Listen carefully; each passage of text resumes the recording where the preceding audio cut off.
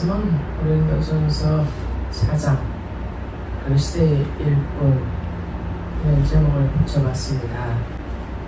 오늘 말씀은 사도 바울이 예수 그리스도의 일꾼으로서 또 하나님의 비밀을 맡은 자로서 충성할 것뿐만 아니라 함부로 타인을 판단하거나 잘못됐다고 이렇게 경계하는 경우들이 있습니다. 그래서 고린도 교회의 분열이 원인이 교인들이 시기와 교만한 마음으로 자기 자신을 판단한 것이 아니라 남을 비판하고 판단하고 남을 무조건 좋게 보지도 않고 그 판단하는 그 판단으로 그 마지막 나중에는 자기가 하나님 앞에 헤아림을 받게 된다는 겁니다.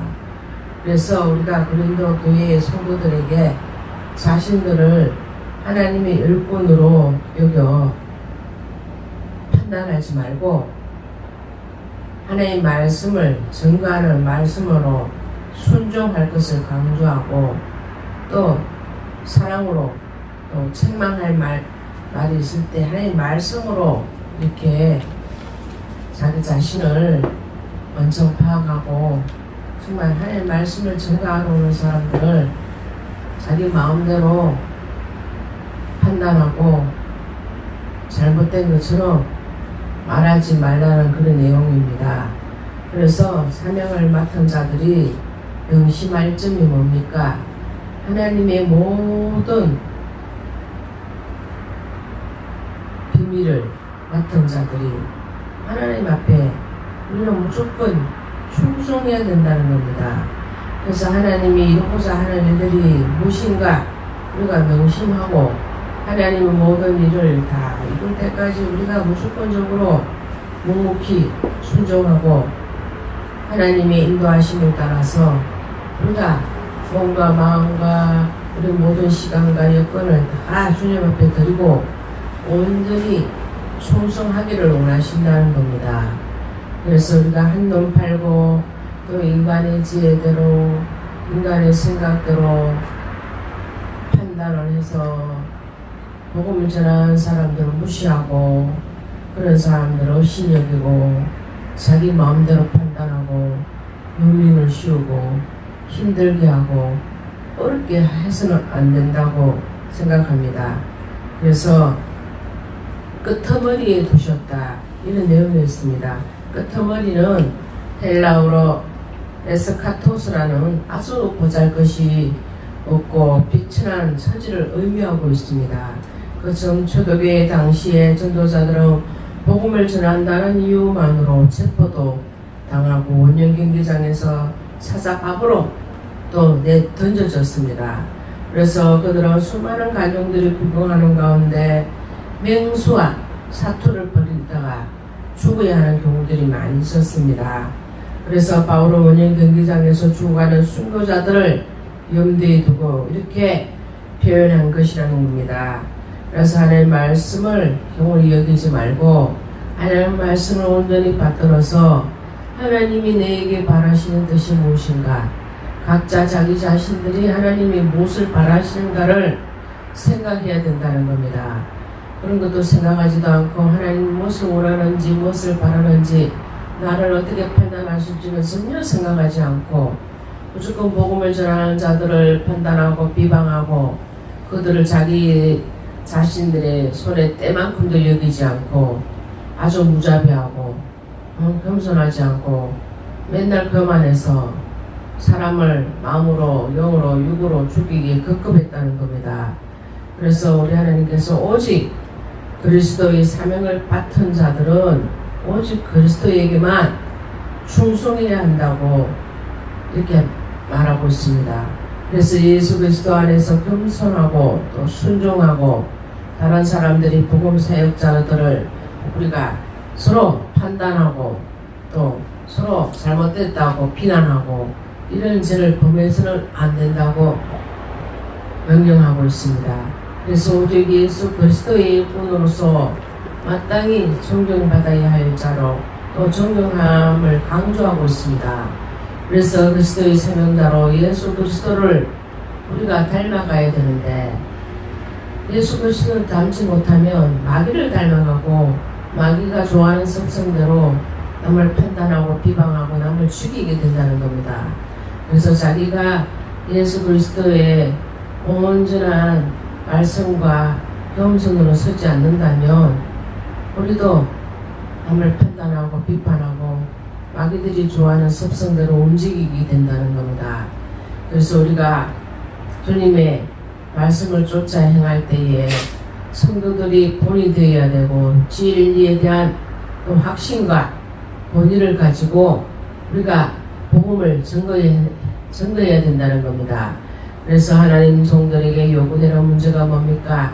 첫 번째도 충성, 오직 주님의 뜻을 따라 살펴 적극적으로 충성해야 우리가 하나님 앞에 칭찬을 받게 되고, 그 나중에는 우리가 즐거운 낙을 누릴 수 있는 상급과 멸류관을 받았을 수가 있게 된다는 겁니다.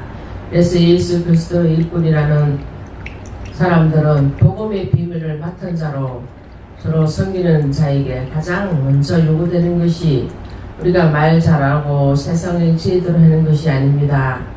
오직 우리 하나님 앞에 충성이라는 것, 충성으로 우리가 말씀에 써야 된다는 겁니다. 하나님 일을 맡은 자는 사람들의 판단에 우리가 두려워하지 말고 또 거기에 줄리지도 말고 오직 하나님 앞에 겸손하고 또 온전한 순종과 충성으로 사명감을 다하여서 하나님 앞에 칭찬받게 되는 그날이 올 때까지 겸손하게 우리가 하나님만 바라보고 온전히 주님을 위해서 충성을 해야 된다는 겁니다. 그래서 먼저 착하고 충성된 두 종이 있습니다. 주인으로부터 맡은 것 달란트를 가지고도 열심히 해서 장사를 해서 많이 이윤을 주인에게 돌려주는 자가 있습니다. 그렇지만 게을러서 하나님 앞에 똑바로 일을 하지 않고 자기 마음대로 일을 하다가 아무것도 남기지 못하고 하나님 앞에 판단을 받게 되고 잘못됐다고 하나님께서 책망을 받게 된다는 겁니다. 그래서 우리는 착하고 충성된 종아, 내가 작은 일에 충성을 하였는데 내가 많은 것을 내게 남겼으니 내가 너에게도 많은 것을 맡기리니 내 주인이 즐거움에 참여할지어다. 천국의 상을 우리가 바라봐야 된다는 겁니다.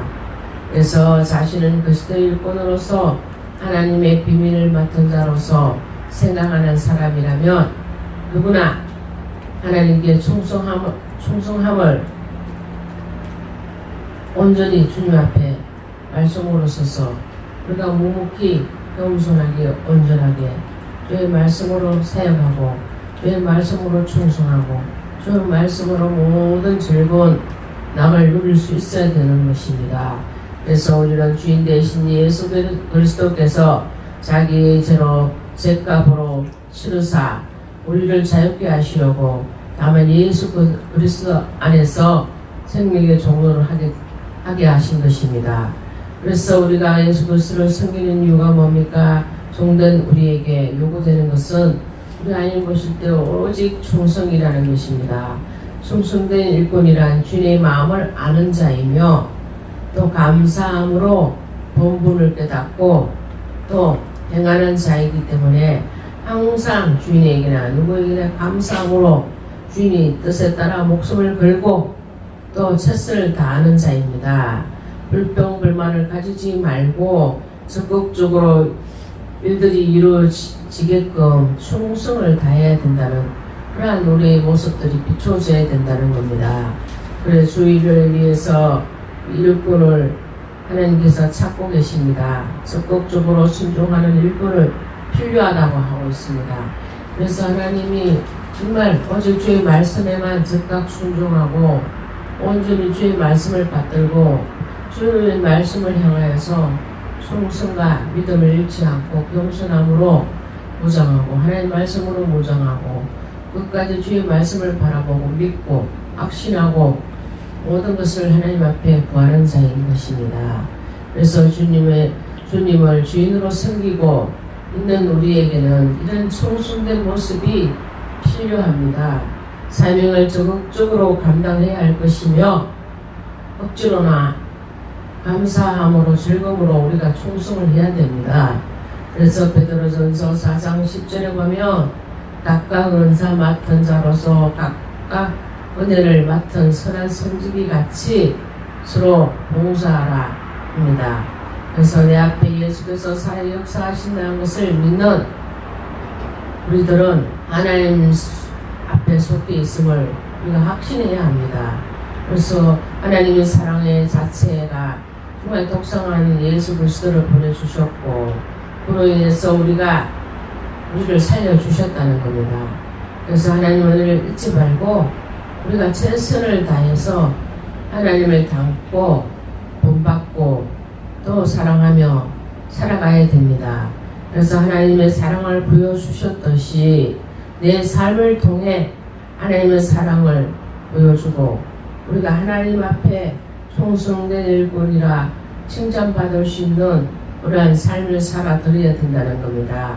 지금까지 우리가 하나님께서 나에게 생명을 주시고 또 나에게 복음의 말씀의 메시지를 주시고 또 주님께서 나의 사명을 맡겨주신 것은 나의 나된 것은 다 주님의 은혜라는 것을 잊지 마시고 오직 주님에게 충성하고 오직 주님의 일꾼으로서 충성을 다하는 사람이 되어서 그 나중에 하나님 앞에 상급과 면류관을 받아서 충성된 내 아들아 충성된 내 딸이라 칭찬을 일컬음을 받을 수 있는 믿음의 사람이 다 되시기 바랍니다.